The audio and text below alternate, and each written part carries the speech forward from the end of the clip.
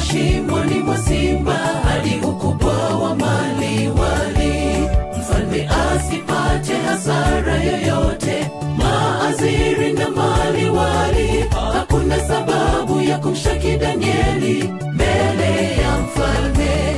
Alikuwa mwaminifu, halikuonekana kosa lolote wala hatia yoyote. Kutoka shimoni mwa simba hadi ukubwa wa maliwali, mfalme asipate hasara yoyote.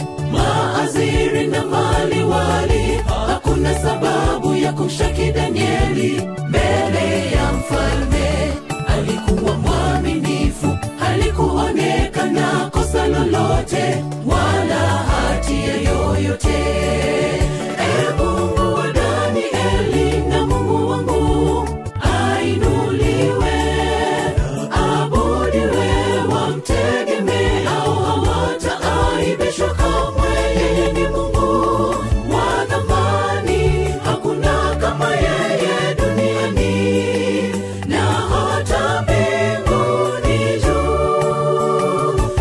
Mungu wa Danieli na Mungu wangu ainuliwe, abudiwe, wamtegemeao hawataaibishwa kamwe. Yeye ni Mungu wa thamani, hakuna kama yeye duniani na hata mbinguni juu.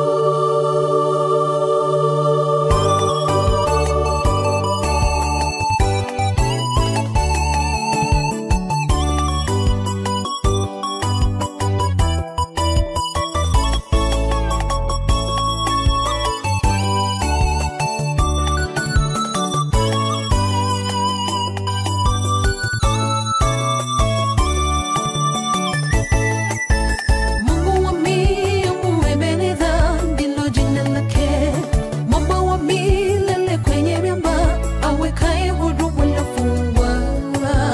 Gizani huwainua walio chini. Amini, amini, naye atakutendea mambo makuu.